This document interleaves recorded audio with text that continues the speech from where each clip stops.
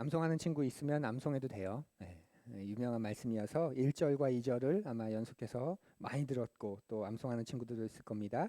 우리 2절 말씀 함께 낭독하지요. 너희는 이 세대를 본받지 말고 오직 마음을 새롭게 함으로 변화를 받아 하나님의 선하시고 기뻐하시고 온전하신 뜻이 무엇인지 분별하도록 하라. 아멘. 힘을 낸 건 좋은데 목이 쉬었네. 야, 네. 어, 옛날부터 그런 말 많이 했어요. 우리나라, 대한민국, 우리나라는 죽도록 일하는 나라라고. 죽도록 일해야 되는 나라. 왜냐하면 열심히 하는 게 미덕이거든. 온 힘을 다하는 게 미덕이어서 일을 해도 죽도록 일한다. 그런 말을 많이 했었습니다. 그래서 학생들은 또 어떻죠? 공부해야 돼. 죽도록 공부해야 돼. 죽을 만큼 죽었다고 생각하고 공부해. 야, 너 지금 중요해. 너 죽었다고 생각하고 공부해. 나중에 하면 돼. 너가 하고 싶은 건 그 다음에 나중에 네가 마음껏 하면 돼. 지금은 아니야. 이렇게 우리 사회는 뭐 일할 때도 죽도록 일해야 되고 또 공부도 죽었다 생각하고 해야 되는 그런 사회인 것 같았어요. 지금도 여전히 그렇지만 근데 죽도록 일하게 되면 어떤 일이 생길까요? 네, 죽는 거지 뭐. 죽도록 일하니까 당연히 죽는 거겠지. 참 슬프지만 우리나라 근로자, 노동자의 사망 원인 가운데 가장 큰 비중을 차지하는 게 바로 과로사입니다. 과로사. 일로 인한. 그 심심치 않게 나오잖아요. 돌아오는 길에 퇴근길에 갑자기 그 심장마비로 또 과로사로 이렇게 사망하게 된 사람들이 있습니다. 산재로 죽고 그래서 공동체가 파괴되고 이런 것들을 우리가 지금 겪고 있는 삶의 모습인데 목사님 주변에도 과로사한 목사님들이 있어요. 교회 일로 아침에 목사님의 동기 굉장히 친한 여자 동기의 남편인데 아침에 일어나지 않아서 오늘 피곤한가 보다 하고 그냥 놔뒀는데 출근 시간이 됐는데도 일어나지 않아서 봤더니 예, 그 뇌출혈로 그 돌아가셨어요. 왜 이런 일이 벌어지는 걸까? 우리가 생각해 보죠. 우리의 일이 아니라고 뭐 누군가의 일이라고 우리가 안심할 수도 있지만 별로 중요하게 여기지도 않을 수는 있지만 그러나 우리한테도 굉장히 중요한 이야기예요. 왜 이런 일들이 우리에게 쉽게 벌어질까? 우리가 한번 생각해 보면 좋겠어요. 한번 여쭤볼까요? 우리 선생님들 아이들이 공부하기 싫대요. 예. 근데 그냥 공부하기 싫은 게 아니라 죽도록 공부하기 싫대. 미안해 현성아. 현성이가 죽도록 공부하기 싫대. 미안해 어진아. 어진이가 죽도록 공부하기 싫대. 소원이가 죽도록 공부하기 싫대. 자 그러면 어떠시겠습니까? 뭐 그냥 놔두죠. 뭐 어떻게 했어? 내 힘으로 안 되는데. 근데 이놈들이 그 죽도록 공부하기 싫은데 자기는 자기의 꿈을 이룰 거래. 공부는 안 하는데 자기 꿈은 이룰 거래. 그러면 뭐라고 이야기하시겠어요? 예, 답답하겠죠? 야, 공부는 하기 싫은데 네 꿈은 이루겠다. 참, 너 속 편하게 산다. 뭐 그럴 것 같은데 그러면 그런 나라가 있을까요? 공부는 안 하는데 자기의 꿈은 이루는 그런 나라가 얘들아 그런 나라가 있을까? 예, 없을 것 같지? 예, 선생님 있어요. 그런 나라가 있어요. 그 목사님 기준으로 보면 있어요. 우리한테는 굉장히 낯선 이야기지만 뭐 네덜란드만 해도 가능한 이야기. 네덜란드만 해도 실제 이야기인데 한 언론사가 세계 여러 나라 흔히 말하는 선진국, 복지 선진국, 교육 선진국 뭐 그런 선진국들을 방문해서 취재를 하는 거예요. 어떻게 이 나라는 이런 모습일까? 어떻게 이렇게 잘 되어 있을까? 어떻게 이렇게 삶의 질이 높을까? 이 나라의 교육은 어떻게 이럴 수 있지? 이 나라의 복지는 어떻게 이러지? 그런 걸 이제 취재해서 한국 사회에 좀 경종을 울리려고 그런 프로그램을 가지고 이제 여러 나라들을 방문하는데 그 중에 네덜란드에 갔었을 때예요. 네덜란드는 복지 선진국이고 삶의 질이 굉장히 높은 그리고 교육적으로도 굉장히 높은 수준을 가지고 있는 나라죠. 그곳에서 이런저런 촬영을 하다가 한 중학교에서 중학생한테 정말 평범한 중학생한테 이렇게 인터뷰를 하는 거예요. 꿈이 뭐니? 이렇게 물어봤어요. 이 중학생 아이가 뭐라고 얘기했을까? 꿈이 뭐니? 그랬을 때, 제 꿈은 벽돌공이에요. 이러는 거예요. 벽돌공. 벽돌공이 우리로 치면 뭐 타일 정도 될까? 타일 기술자, 벽돌 기술자. 이제 집을이나 건물을 지을 때 벽돌을 쌓는 사람. 아니 벽돌을 굽는 사람. 벽돌공은 벽돌을 굽는 사람이에요. 자기의 꿈이 벽돌공, 벽돌을 굽는 사람이래. 그래서 기자가 물어봤어요. 왜? 그랬더니 이 중학생의 대답이 뭐냐면 자기가 벽돌공을 하루 종일 유심히 관찰을 했대. 그래서 그 아저씨가 그 기술자가 어떻게 벽돌을 굽냐면 자기가 좋아하는 음악을 딱 틀어놓고 그 음악을 들으면서 하루 종일 벽돌을 굽는데 자기가 보니까 그게 너무 좋아 보이더라는 거예요. 자기가 음악을 좋아하는데 이 중학생 아이는 힙합을 되게 좋아하는 아이였어요. 아, 나도 음악을 좋아하는데 그렇게 살아야지. 예, 그게 굉장히 행복해 보인다. 그렇게 이야기한 거죠. 허무맹랑한 이야기 같은데 네덜란드에서는 이게 행복한 삶이에요. 왜냐하면 숙련된 벽돌공의 임금하고 대학 교수의 임금하고 거의 비슷해.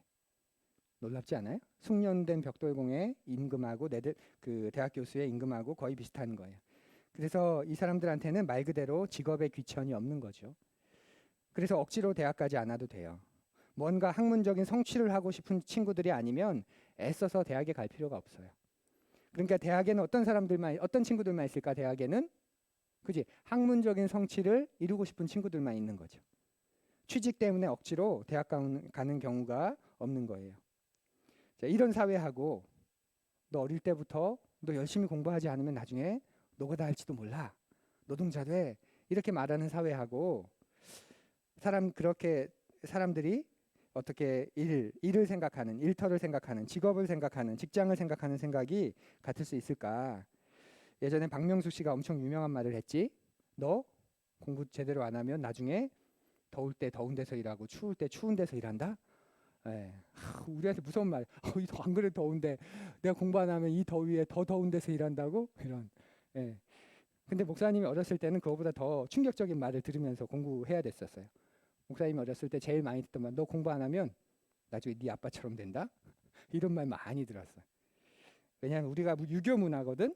유교 문화 속에서는 어떤 고위 관리, 정승 같은 그런 충과 관련된 그런 직업을 우대하고 그 외의 것들은 경시하던 문화 속에서 직업의 귀천을 굉장히 나누어 버린 거예요.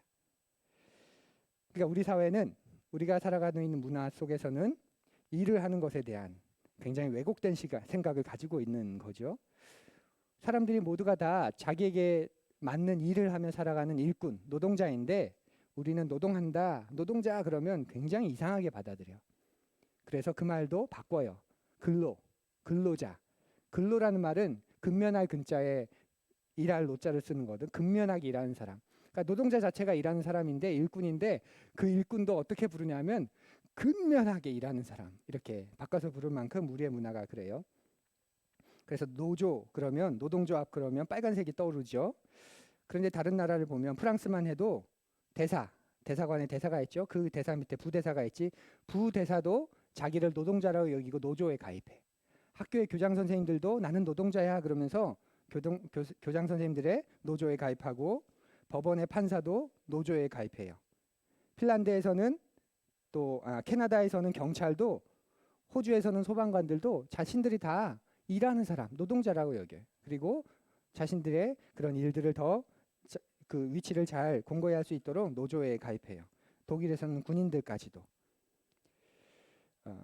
목사님이 무슨 이야기를 하려고 하는 거냐면 이런 사회들을 보면 자기는 공부를 많이 했다고, 자기는 높은 지위에 있다고 난 노동자가 아니야. 저 사람들이 노동자야. 이렇게 나누지 않는다는 거지. 자신을 다 일을 하는 사람, 노동자라고 생각해요. 그래서 노동이라는 걸 열등하거나 하등한 거라고 여기지 않는 거지. 지금 우리가 살고 있는 세상을 어떤 시선으로 바라보느냐는 굉장히 중요해. 우리도 홈스쿨링을 하면서 공부를 하는데 우리가 공부를 하는 목적이 뭘까? 공부하는 장소만 다르고 많은 친구들은 학교라는 공교육에서 공부하고 우리는 홈스쿨링이라고 하는 또 다른 베이스에서 공부하고 공부하는 장소는 다른데 결국 생각하고 바라보는 건 똑같아. 공부 제대로 안 하면 나중에 노동자 돼. 이런 마음으로 하는 거라면 우리가 홈스쿨링을 하는 우리가 공부를 하는 그런 의미가 뭐가 그렇게 많이 다를까 싶어요. 이것이 그 가치관, 세계관의 차이에서 시작되는 거죠. 어떤 세계관을 가지고 있니? 어떤 가치관을 가지고 있니? 그래서 어떻게 그걸 가지고 판단하는 거지. 그러니까 어떤 판단을 하는 건 중요하지 않아요. 더 중요한 건 그 판단은 그 사람이 가지고 있는 그 사회가 가지고 있는 가치관, 세계관에서 나오는 판단일 뿐인 거예요. 우리는 합리적으로 판단했다, 이성적으로 판단한다, 굉장히 논리적으로 판단한다 하지만 거기에 한 가지 관과한 게 있어. 그 사람이 말하는 그 합리적인, 이성적인, 그리고 객관적인, 논리적인 건 그 사람이 생각하는 세계관 속에서인 거예요. 내가 가진 세계관에서는 it doesn't matter. 그건 중요하지 않아. 나한텐 큰 의미가 아니야. 그건 당신이 생각하기엔 그렇지만 내가 가진 세계관 속에서는 그렇지 않아요. 의미가 없어지는 게 많아요. 그러니까 중요하지 않다는 게 아니라 그 세계관이 틀렸다는 게 아니라 당신이 가진 세계관 속에서는 되게 중요하게 보일지 모르지만 내가 가진 세계관 속에서는 별로 그렇게 중요하지 않아요. 그러니까 당신도 맞지만 그게 나한테는 그렇게 중요하지 않아요. 이게 세계관이 가진 힘이에요. 한번 물어볼까요? 자, 이거 그림 한번 보자. 이거 우리 나눠보자. 어떻게 나눌 수 있을까? 참지를 못하는구나. 순발력이. 자, 우리 또 생각해 보세요. 도구와 열매. 자, 어떻게 나누죠? 그지? 칼과 망치 그리고 나머지 열매들 이렇게 나눌 수 있어요. 또 나눌 수 있을까요? 또 어떻게 나눌 수 있을까? 쇠가 있는 것과 쇠가 있는 것, 그러니까 비슷하긴 한데 똑같이 나누죠. 쇠가 있는 것과 쇠가 없는 것. 예. 또 어떻게 나눌 수 있을까요? 이게 보일까? 안 보이죠. 자, 맞아. 예, 이렇게와 세 개가 나누고 선생님 말씀하신 것처럼 요거는 칼로 깎아 먹어야 되니까 칼로 깎아 먹는 거 세 개 하고 뭐 이거 도토리 정도 될까요? 망치로 부숴서 먹어야 되는 견과류랑 그렇게도 나눌 수 있겠죠. 네. 간단한 이야기지만 이게 세계관인 거예요. 세계관.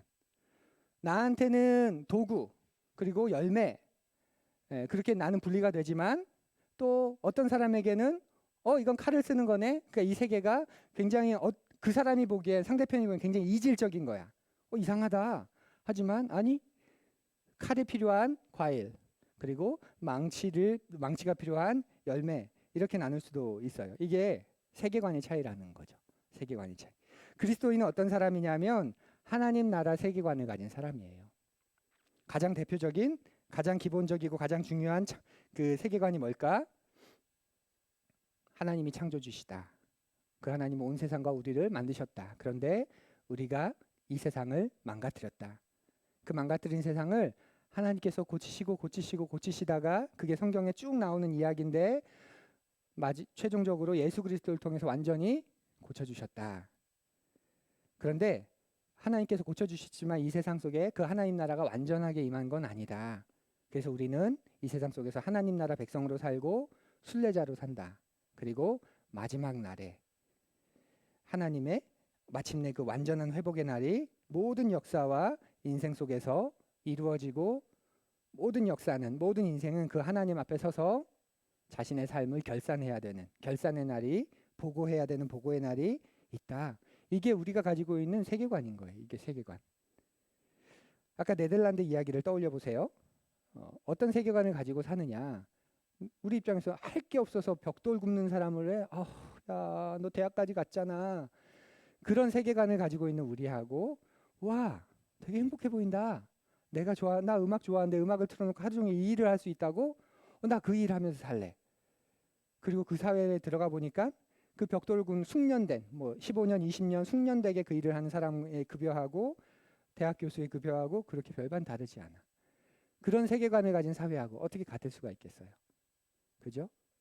뭘 판단하느냐가 중요한 게 아니라 그들의 세계관이 그런 판단을 가지도록 인도하는 거예요. 오늘 성경 말씀을 보면 마음을 새롭게 하라고 말하죠. 너희는 마음을 새롭게 함으로 변화를 받아.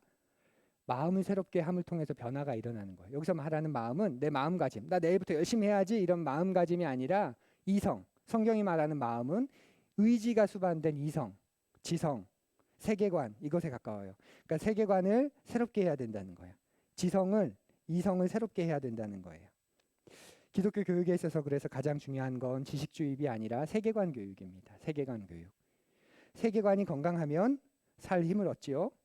그 자신의 인생을 살아갈 수 있고 자기 자신을 긍정하면서 살아갈 수 있지만 세계관이 건강하지 않으면 전교 1등을 하다가 등수 하나 떨어졌다고 자신의 가치가 없다고 느끼면서 쉽게 해서는 안 되는 결정을 하는 거 다 세계관이 건강하지 못해서예요.